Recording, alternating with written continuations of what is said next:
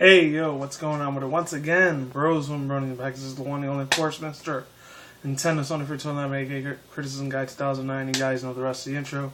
And like I always do say, definitely check out freedomnetwork.com. Put the link in the description channel to the YouTube channel page if you're interested. And of course, TroubleNetworkStudios.net if you guys want a better partnership and all that other good stuff. You know, typical stuff I always say. Definitely check them out if you want a really amazing partnership. Still fun times, you know. I'm really having a good time with this thing. It's amazing. And yeah, if you want a better channel banner and gain more subscribers, hey, go for it. Definitely check them out. So yeah, without further ado, let's begin. And this one's about like a year, maybe 2 years old, maybe longer than that. But let's talk about another nostalgic old school cartoon, which is a cartoon theory again. And I've been doing a lot of these. I know I've been rolling out a whole bunch of them lately. I'm actually going to do these and a couple other ones until next year, which by then I think about March, April is when My Little Pony Friendship's Magic Season 5 starts coming out, and I'll start doing those reviews again. So bear with me until then if you pretty much want to be more interested in these old school things.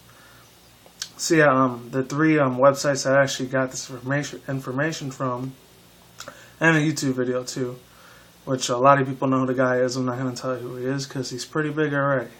It's from QuoteTV.com and GameFAQs and DuckSauce.net. So I'll leave all three of those links in the description box below if you're interested in reading them. I'm going to read the shorter version first. And yeah, here we go. This was from, about 3 years ago almost, because we're almost in 2015. This was in 2012, so this is a little while ago.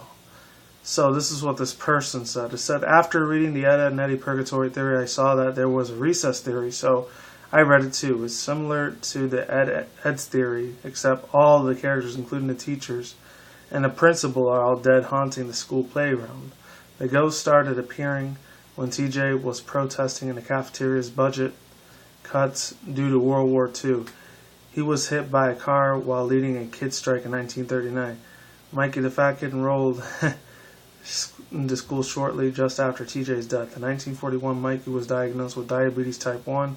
He copied with the disease by eating an excessive amount of by eating an excessive amount of chocolate bars until he got a heart attack. A year later, Spinelli died in a school fight. Randall was shot. Gus was brutally beaten by bullies, and his parents forgot to pick him up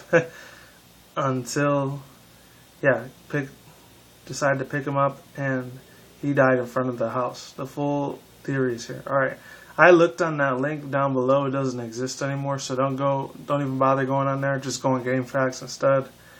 And this is the main theory. I got it from right here. So yeah, and then Duck Sauce TV, they only saw this like top 20 like best cartoon conspiracy theories ever. So if you want to watch that really awesome cartoon conspiracy theory, check it out if you're into that type of stuff, or just creepypastas in general. So I'll leave that link below. And the recess theory, this is a really long one, by the way. I'm going to have to do a two-parter video on this, just letting people know ahead of time. So yeah, QuoteTV.com. I will let you see that in the link description down below. And here we go. Without further ado, let's really begin.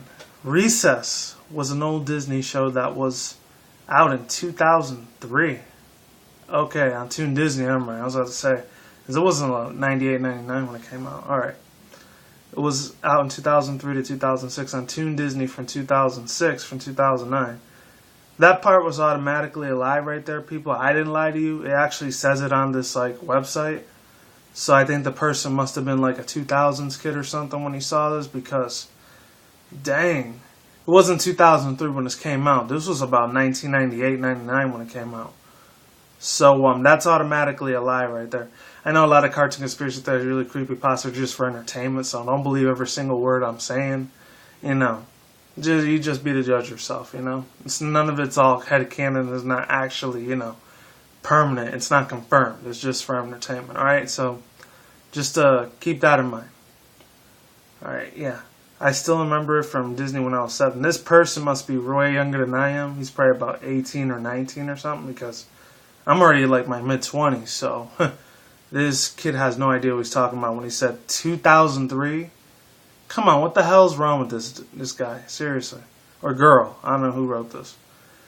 Alright, the playground is in place where all the kids gathered for recess. That was just the only nitpick I had with the beginning of this theory. Because like I said, it was 98, 99 when it came out around that time. It wasn't the 2000s. Maybe on Toon Disney it was, but not on ABC One Saturday Morning. I remember that. Alright. Here we go. The playground is the place where all the kids gather from recess. But have you noticed the patterns of the characters? All of them are the same age throughout the entire series. I will explain this to you. Third Street School was built after World War I. TJ was amongst the first students to attend. He was always proven to be a strong leader, running for fourth grade president in 1928. A year before the Great Depression began, however, the current principal at the time was making budget cuts on certain lunch items. Attempting to lead a revolt, TJ was hit by an ice cream truck during a student walkout in 1929. TJ's spirit still lives on throughout the playground, teaching kids how to stand up for their rights. Mikey soon transferred to the school after TJ's death, starting first grade in 1929 to 1930. Mikey was always hungry, demanding food. However, he was a kid of a kind of a gentle person, causing no harm to the students around him. In 1931, he was diagnosed with diabetes type 1. Feeling depressed, he ate himself an insane amount of chocolate bars to cope with his disease. He went into a diabetic coma in 1932 and died later on that year of a heart attack at the age of 10. Mikey still walks in the playground, fat and hungry as ever. Spinelli began attending in 1933, a school year after Mikey's death. After trying to act with one of the tough ones, Spinelli would conserve with the ghosts of TJ and Mikey and share them with the experiences.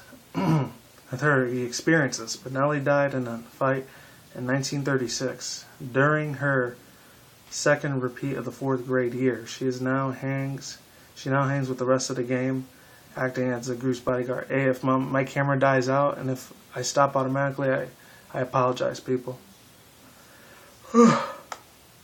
Randall started at the 3rd Street School in 1944. Dreams of being a reporter, he often worked as the muckraker of the school principal. I think that's how you say it. Muckraker? I don't know. Despised by the gang, especially Spinelli, Randall one day caught on a random bystander beating up a tiny second grader in 1946 and told the principal a different one from the one in 1928.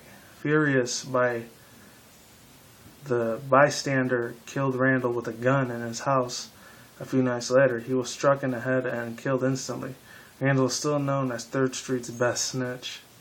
Gus began in school in 1951. He was often quiet and kept himself. He conserved with TJ, Spinelli, Mikey a lot, and the ghosts were his only friends. He was often a target and the playground bullies. One fateful night in 1953, Gus was walking home from school and then in tears and converted in dirt and blood. Wow, tears covered in dirt and blood.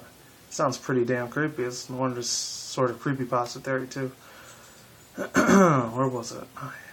He was beaten up by neighbors, hood bullies by the previous day, and his parents forgot to pick him up. Gus collapsed on the sidewalk in the front of the house as he was turning to walk towards the door. He died in New Year's Eve in 1954. Gus is viewed as a nerdy kid of the group, often keeping to himself and avoiding dirt and filth. When the Tylers began school in 1958, the Ashleys were already in school, living the dream as the top-notch fourth graders. Both groups were often despised by the rest of the kids on the playground. One night while the girls were having a sleepover, the boys were having a gentleman's sleepover. Both coexisting that night, a serial killer broke into the Armbruster mansion. I think that's how you say it, right? Armbruster, whatever. And murdered the Armbrusters, Quillance children, Tomasian children, and the Bolet children. A lot of these children have weird-ass last names, I'm not going to lie. Which those are supposed to be them, the Ashleys right there. Alright, the killers were captured by police in early 1959. The Ashleys and the Tylers still roam the playground acting like the big people on campus. Gretchen came to 3rd Street in 1962. She was shown as the intelligent one by the group, winning the science awards every year until Becky Benson stole the project in 1965. Gretchen went home that day on a mad rampage. In her anger, she committed suicide by a gunshot to the head. Whoa. She's still one of the most intellectual people in the ghost towns and groups, and is even the tutorial of her best friend. Hold on, I lost my spot again.